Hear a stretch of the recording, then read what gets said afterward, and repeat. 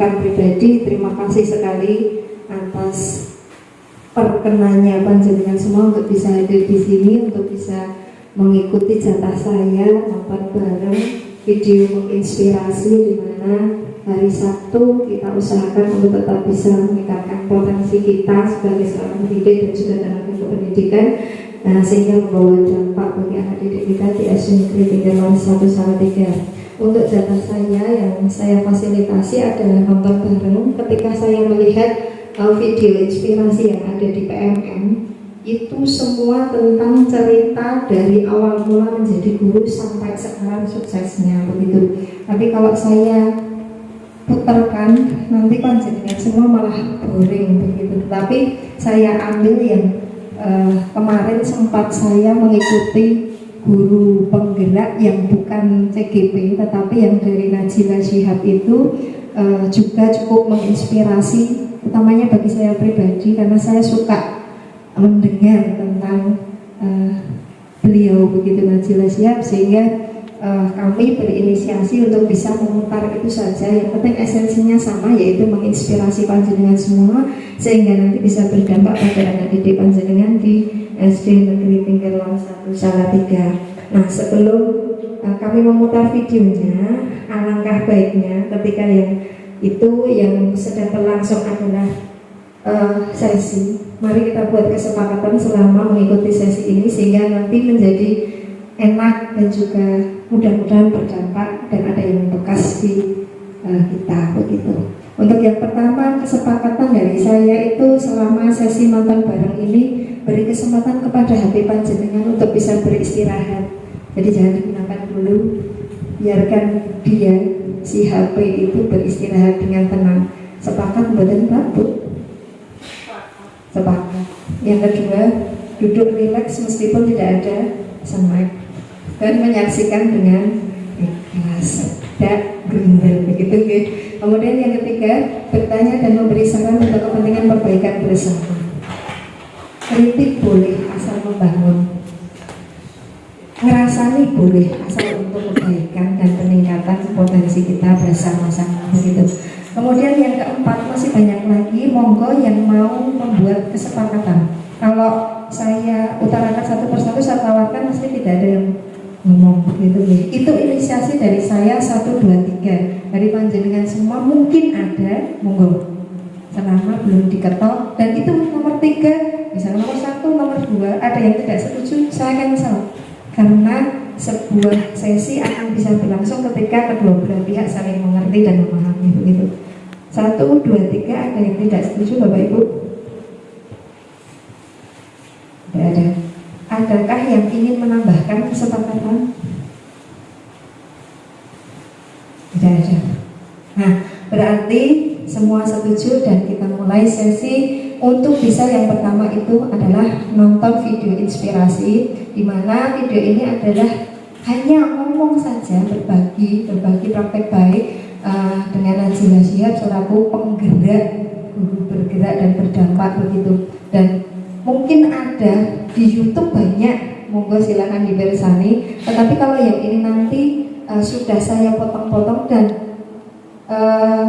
potongan yang saya tidak tampilkan itu bukan berarti mengurangi esensi, tetapi salam-salam yang tidak perlu kita itu karena ini diambil dari Kamus Tikal tahun 2018 atau 2017 di Surabaya. Jadinya untuk salam bagi orang-orang Surabaya itu kami hilangkan. Kemudian untuk program-programnya yang disebutkan itu kami hilangkan. Tetapi untuk esensi dari apa yang ingin disampaikan oleh Najila Shihab, insya Allah tidak saya kurangi dan tidak saya tambah. Begitu ya. Kita mulai sesinya dan semoga tujuan. Nah, saya harus ngomong tentang tujuan. Tujuan dari nonton bareng ini adalah supaya menggerakkan hati panjenengan untuk bisa terinspirasi meningkatkan jiwa pendidik panjenengan yang sebenarnya itu di PMM harusnya panjenengan merefleksi pembelajaran. Jadi saya ambil ini sebagai miniatur kelas saya, karena saya itu berhadapan dengan panjenengan, maka dari itu posisi saya di sini dan posisi panjenengan di situ sama seperti kelas panjenengan. Ketika panjenengan di depan, posisinya itu sebagai saya. Ketika panjenengan di kelas, posisi panjenengan semua sebagai murid panjenengan, dan tidak mengurangi rasa hormat saya kepada panjenengan. Intinya niat saya adalah menginspirasi, karena ini bukan pembelajaran, tapi yang saya hadapi adalah Bapak Ibu guru yang sudah terlatih dan juga sudah cerdas begitu nggih. Jadinya saya menyesuaikan saja begitu nggih. Selamat pagi Bapak dan Ibu guru semuanya. Ya, saya berdiri sebentar nggak apa-apa ya, biar kelihatan semua sampai yang belakang. Apa kabar semua? Baik, alhamdulillah. Semuanya ini temu pendidik regional yang pertama, yang terakhir saya teman-teman. Masih ada yang terkait yang selalu bikin paling semangat kalau bertemu dengan guru-guru belajar, karena acaranya belum selesai, acaranya baru setengah. Tadi pada saat ngobrol sama guru-guru, semuanya udah bukan cuma cerita kelas kemerdekaan dan kelas kolaborasi yang baru saja dilalui, tapi semua yang saya ajak bicara barusan itu udah cerita tahun depan.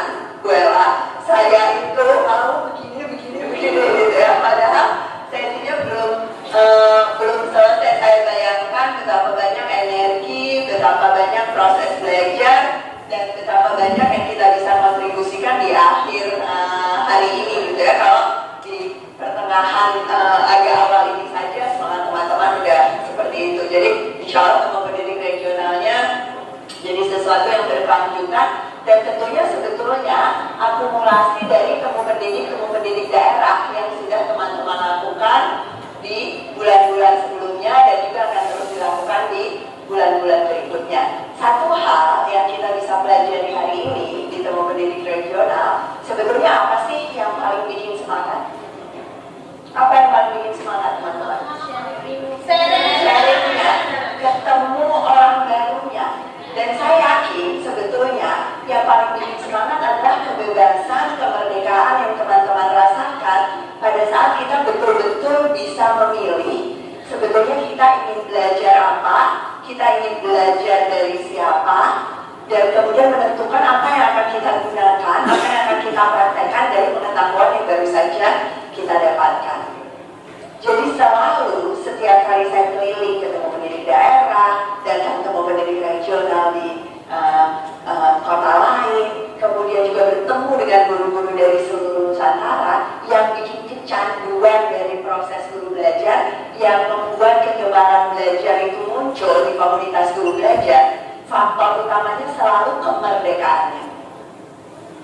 Sedihnya ternyata yang namanya begini toh rasanya jadi guru yang belajar dengan merdeka setelah bertemu dengan orang-orang yang di samping Anda nih, di depan Anda, di belakang Anda. Boleh nggak kita mulai dengan mengucapkan terima kasih untuk semua yang hadir di sini, di samping kanan kiri Anda dan teman. Terima kasih. Terima kasih semuanya. Terima kasih karena sudah menjadi teman dalam perjalanan yang seringkali sangat kesepian, dalam perjalanan yang seringkali rasanya sangat sendirian. Betul nggak? Betul. Dan itu juga yang selalu saya rasakan sih. Itu juga yang selalu saya rasakan setiap ketemu teman-teman. Oh ternyata nggak sendirian. Oh ternyata nggak kesepian. Oh ternyata perjalanan panjang ini ada teman-temannya. Dan itu sesungguhnya hakikat kemerdekaan. Pada saat kita merasa berdaya, bukannya merasa pasrah atau menjadi korban dari sebuah sistem yang sebetulnya kalau ditanya kunci dari perbaikan pendidikan, kunci dari perubahan pendidikan, waktu untuk kunci perubahan pendidikan apa ya? Sepertinya ini pertanyaan yang sangat susah dijawab gitu ya. Sangat susah dijawab atau kadang-kadang nggak ada jawabannya, karena rasa berdaya itu ternyata langka. Rasa berdaya itu langka di orang-orang dewasa yang ada di pendidikan.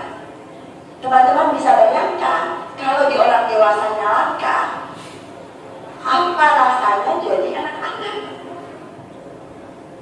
Orang-orang orang yang begitu besar, begitu tinggi, begitu keren, begitu menjadi idola untuk mereka, tidak berdaya.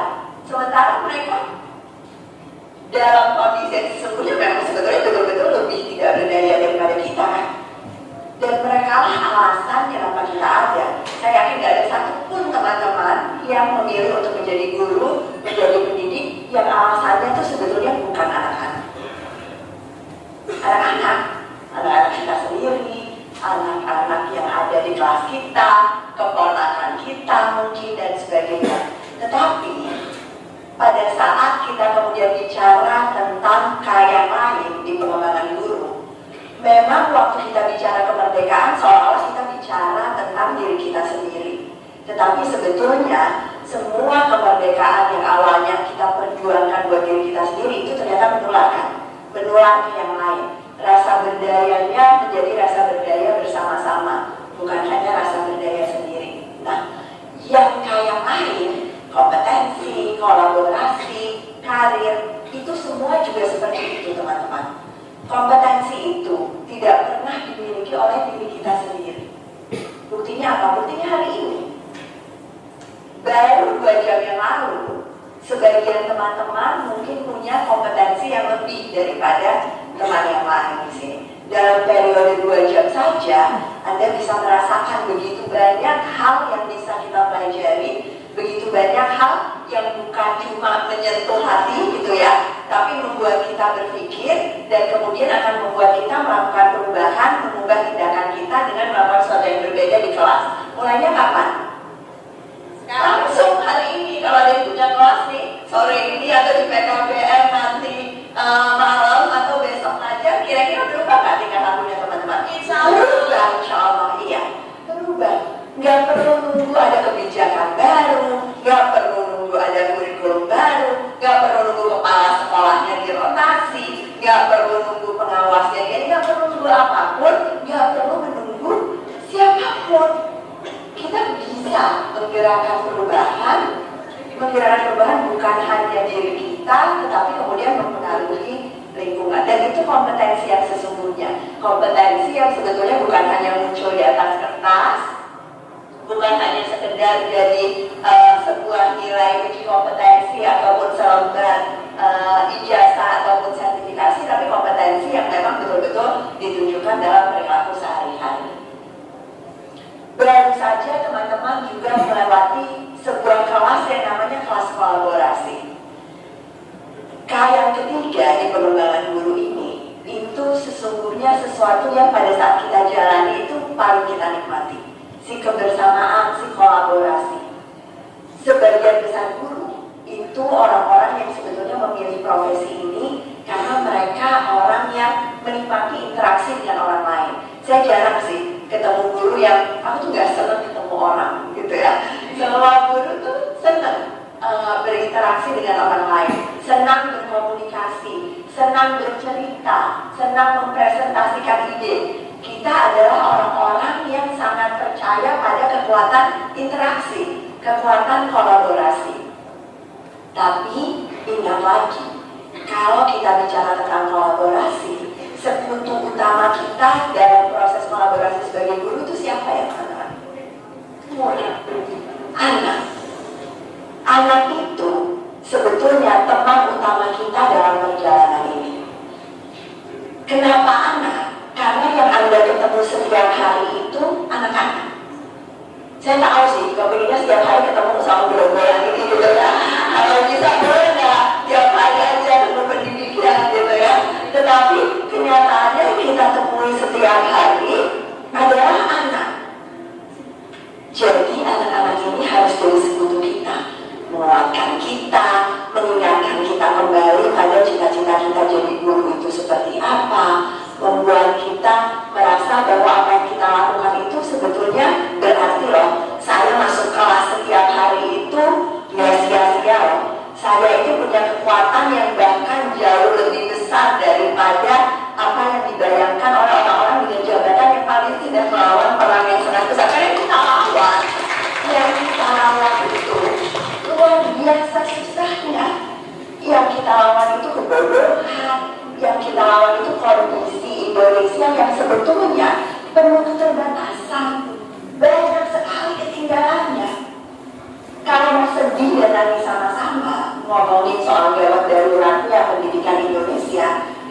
bisa sedih berhari-hari, bertahun-tahun.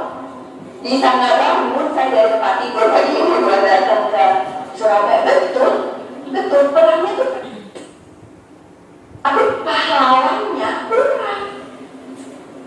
kurang sekali. Coba ingat-ingat betapa banyaknya teman-teman kita yang mungkin sebetulnya perangnya menghadapi musuh yang tidak jelas.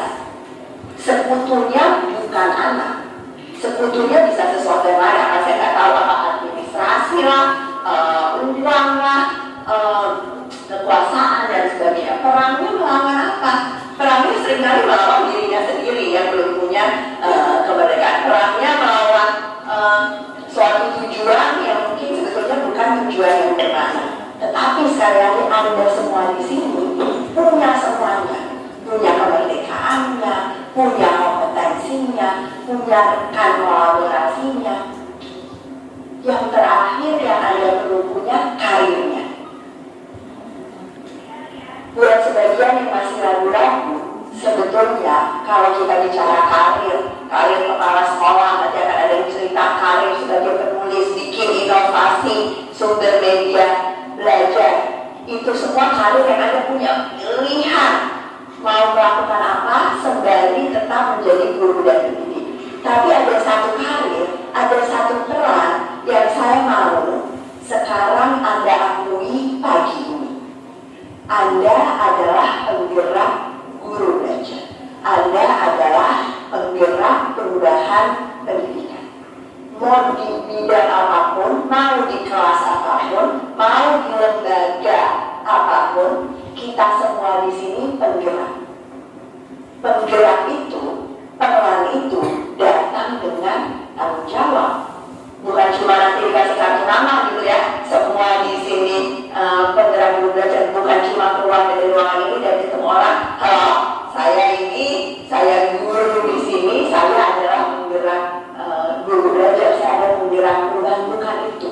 Tanggung jawab yang sangat besar sebetulnya untuk meneruskan estafet ini ke begitu banyak sekolah yang ada di sekeliling Anda, begitu banyak guru di sini sama-sama hari ini teman-teman, dengan memanusiakan hubungan, saling menghargai di antara kita satu sama lain, menjadikan anak sebagai sekutu, menjalankan proses belajar mengajar di kelas dengan menempatkan bahwa sebetulnya kita ajar itu anak-anak, bukan kurikulum, bukan mensukseskan kebijakan, tapi bagaimana membuat semua dan setiap anak itu sukses, mencapai tujuannya, menuju cita-citanya yang dimulai dengan kita mencapai cita-cita kita sebagai guru. Begitu ya? Saya sampai pada ini saja begitu. Dan refleksi itu nanti Bu, biarkan aja. Saya pengen dari jenengan itu memang dari pribadi jenengan sendiri, bukan semata-mata untuk menjawab pertanyaan itu sampai sempurna, tidak, karena tidak ada jawaban yang benar dan tidak ada juga jawaban yang salah, itu tidak ada. Itu sesuai dengan panjenengan, karena di kalimat yang pertama saya yakin jenengan sudah baca itu, dan semoga sama seperti kalimatnya begitu ya. Bapak Ibu semuanya, kalau ditanya kunci dari perubahan pendidikan ada pada siapa? Langsung bisa jawab guru. Coba bayangkan ketika saya bertanya orang tua siswa di pasar, tak tanya kunci dari perubahan pendidikan ada pada siapa? Mikir sih Bapak Ibu, pengusaha sukses, toko besi lah misalkan, berjuta-juta mereka terima setiap harinya. Ketika saya datang ke sana, kunci perubahan pendidikan ada pada siapa? Apakah menjamin spontanitas langsung menjawab guru? Enggak.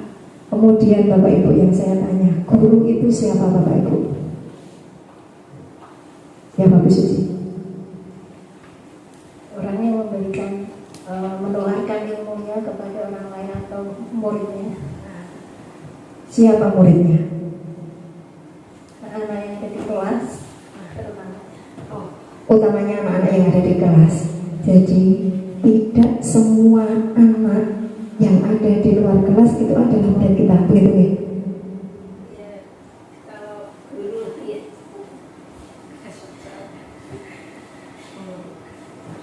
Ya kalau di pekerjaan otomatis memang yang ada di dalam kelas itulah murid-murid kita. Kalau cuma yang di luar kelas itu kan di luar pekerjaan. Sekarang saya tanya, apakah Bu Suci menjadi seorang guru itu karena tuntutan pekerjaan?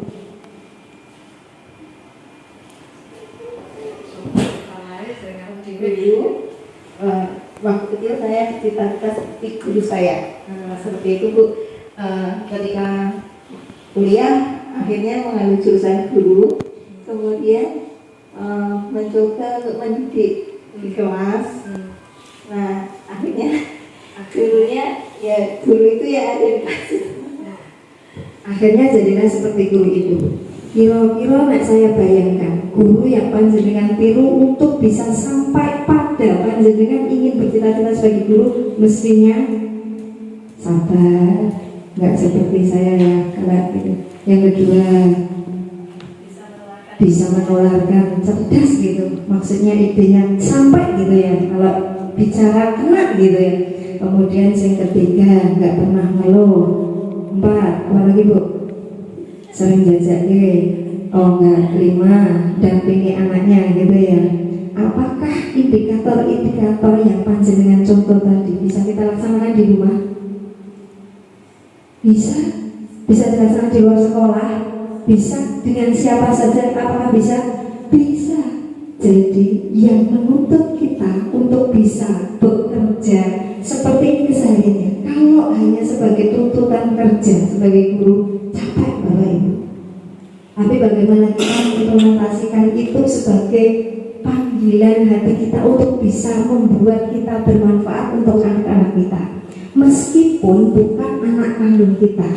Ketika naluri mendidik anak itu sudah kita punya, eleng musola TPA itu tuh murid kita, eleng sawah ketemu anak kuwi murid kita, di rumah pun ketika kita berhadapan dengan anak kandung kita posisinya sebagai guru bagi mereka.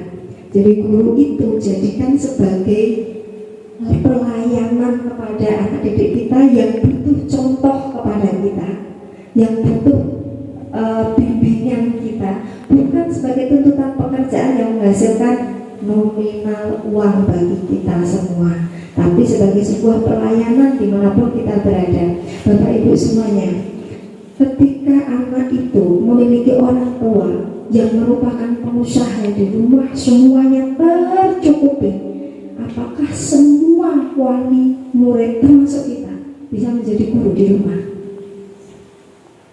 Bisa, asal punya kemauan untuk bisa dampingi mereka. Kemudian, apakah menjamin semua itu bisa jadi guru?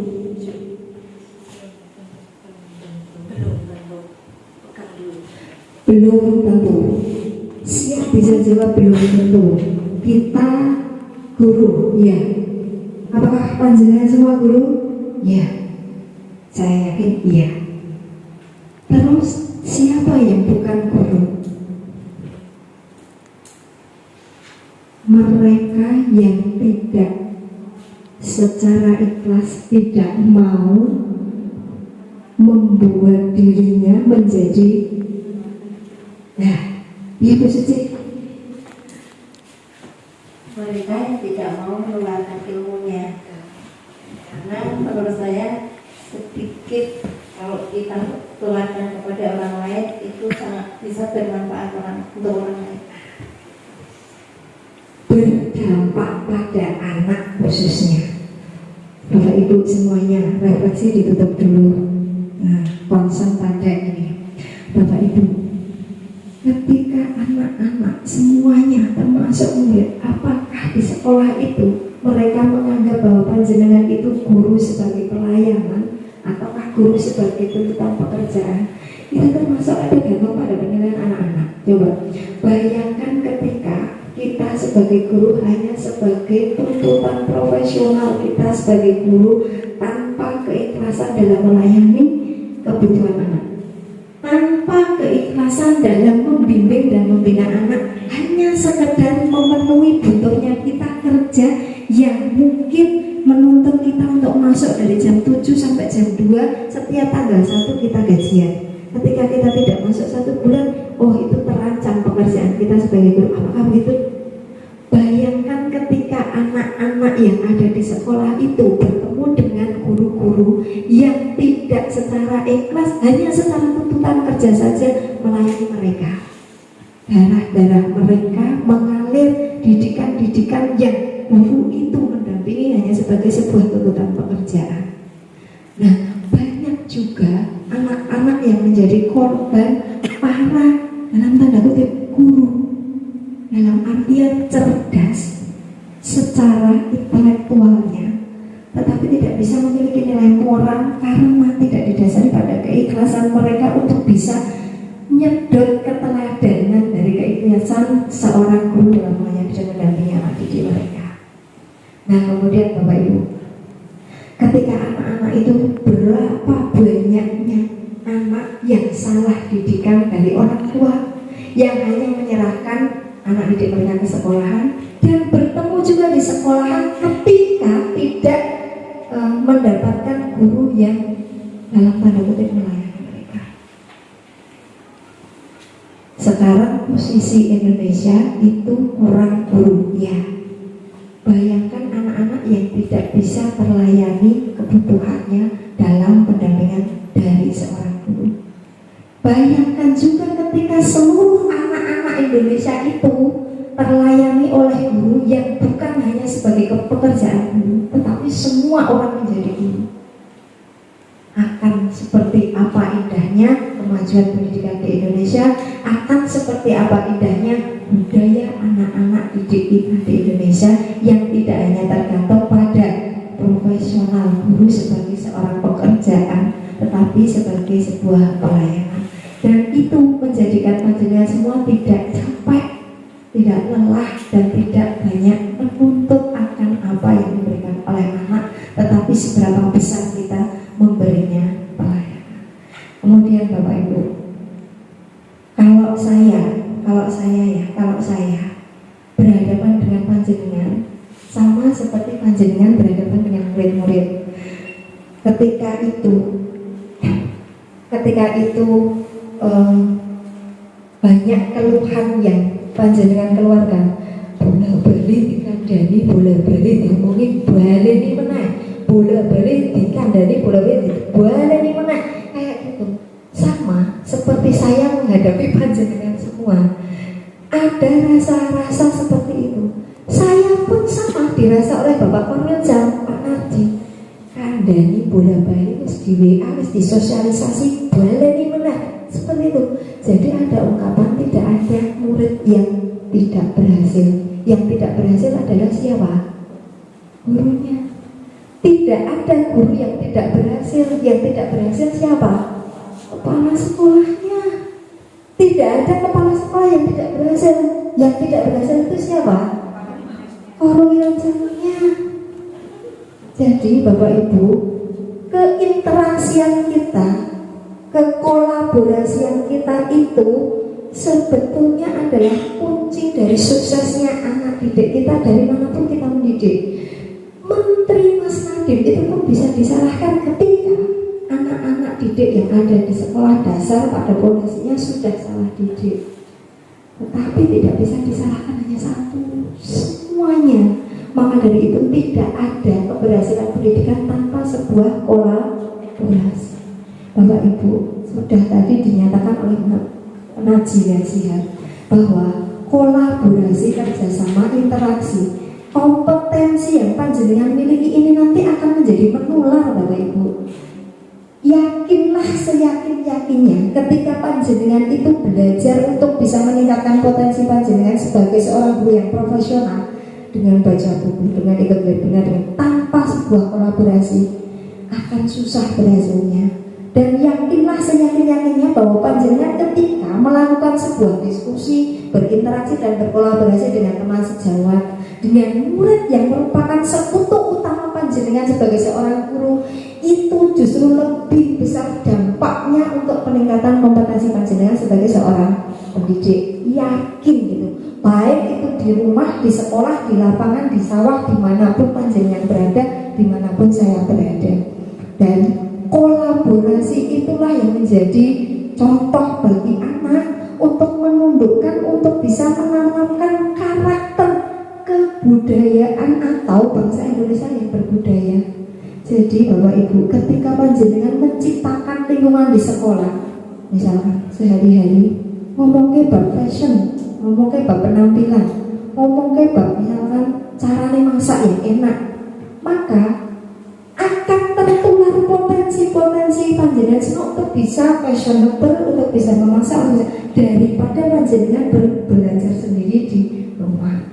Ketika panjenengan bisa menularkan atau bisa sharing praktek baik atau bisa berbagi pengalaman yang menarik di lingkungan panjenengan, setiap hari panjenengan ketemu, itu sadar atau tidak disadari meningkatkan kompetensi panjenengan. Semakin lama akan semakin berubah pandangan orang lain terhadap panjenengan, karena potensi panjenengan akan bertambah tanpa panjenengan sadari, jauh lebih efektif daripada belajar sendiri. Dari panjenengan semua, utamanya pada rekan atau pada sekutu panjenengan di kelas, yaitu siapa? Murid, Bapak Ibu. Murid panjenengan itu adalah mitra panjenengan di kelas. Ketika panjenengan bisa meningkatkan atau membuat lingkungan kelas itu menarik atau bisa berpotensi untuk meningkatkan lingkungan yang positif bagi mereka, maka secara otomatis potensi atau keprofesionalitasan panjenengan sebagai seorang pendidik itu akan meningkat dengan sendirinya. Indikatornya apa Bapak Ibu?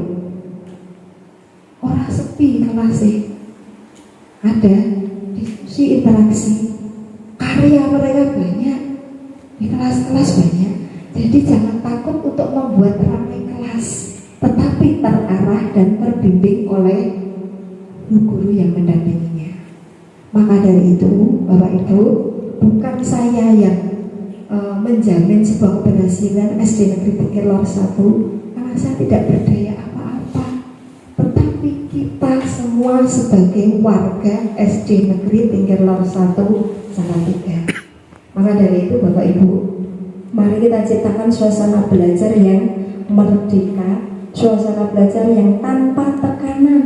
Orang usah nunggu rotasi kepala sekolah, karena bagaimanapun juga saya akan tetap di situ selama belum menerima SK mutasi.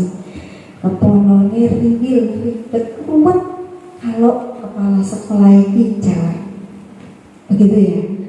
Ya. Kemudian keponone ini kakean ibik, setiap hari menuntut iki orang rampung, leboni menaik iki orang rampung, leboni menaik orang kaya biyen, gitu ya. Ya, kepala sekolah ini sok-sok ya. Wong ini iki ya dadak ditata ini anak sekolah kok iso, gitu ya. Enggak. Iya. Iya, Pak. Enggak, Bu, karena saya juga merasa kalau bisa refreshing. Oh, bisa refreshing, apalagi ke Progo ya. Bapak Ibu, tetap niatkan ini sebagai niatan yang baik untuk bisa sharing bersama, untuk bisa belajar bersama, demi terwujudnya kolaborasi, interaksi, kerjasama, dan berdampak pada anak didik kita, utamanya anak didik kita yang ada di rumah dan sekolah kita SD Negeri Tingkir Lor 1 Salatiga.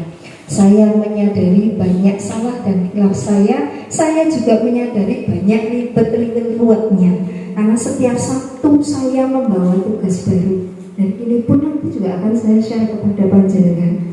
Apapun tuntutannya saya seperti ini, dan apapun watak saya, panjenengan tetap bersama saya selama saya belum dimutasi. Saya menghadapi panjenengan, saya takat-takatkan untuk tidak mudah sakit hatinya, dan panjenengan pun sama, semoga tetap dengan ribet ruwet riwilnya saya sebagai kepala sekolah. Oleh karena itu, mari kita saling memahami, saling bekerja sama, berinteraksi, dan niatkan semua itu demi kebaikan dan dampaknya pada anak didik kita semua. Bapak Ibu barangkali ada yang mau saya itu sebagai tindak lanjut kami untuk bisa merefleksikan. Nah, Bapak Ibu bisa mengambil miniatur bahwa ini refleksi kegiatan yang saya lakukan dengan panjenengan di kelas saya. Bapak Ibu nanti bisa mengimplementasi atau membuat bayangan ketika refleksi ini dijadikan sebagai sebuah kegiatan rutin panjenengan di sekolah terhadap pembelajaran yang panjenengan bawakan. Dan saya yakin sudah berulang kali panjenengan lakukan, dan yang terpenting adalah tindak lanjut dari refleksi yang panjenengan lakukan. Meskipun sederhana, panjenengan tetap sudah saya yakin sering melakukan refleksi pembelajaran. Di setiap refleksi niatkan dengan perbaikan pada kegiatan pembelajaran selanjutnya. Yang pertama Bapak Ibu, yang saya sukai dari yang sudah terlaksana pada sesi nonton bareng video inspirasi oleh SD Negeri Tinggelor 1 ini adalah ABC itu saya yang bikin supaya mempermudah panjenengan. Pilih salah satu. Tetapi ketika tidak ada ABC, silahkan ditulis di D-nya. Yang saya sukai dari nonton bareng ini. Kalau tidak ada, kosongnya aja. Monggo. Kemudian yang kedua, menurut saya yang bisa menjadi penambah kekuatan semangat saya dalam menjalani karir saya sebagai seorang guru, yang jadi poin penambah semangat panjenengan ketika mengikuti sharing ini, ketika mengikuti nonton bareng ini, adakah di bagian mana itu? Ketika tidak ada, kosongnya aja. Kemudian yang ketiga,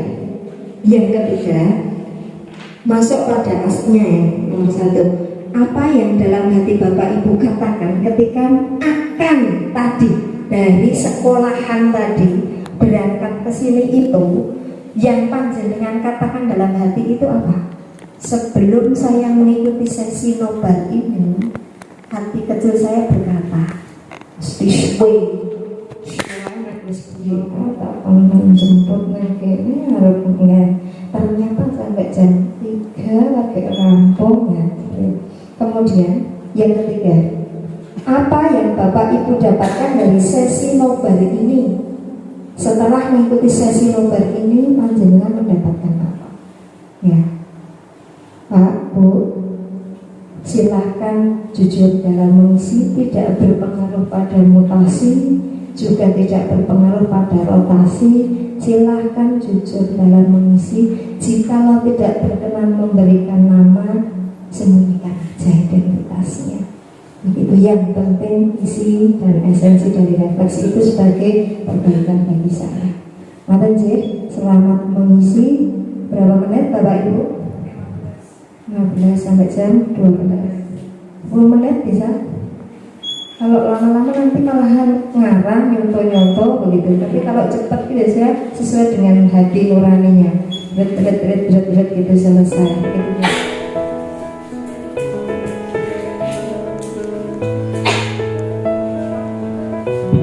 Pak, Bu,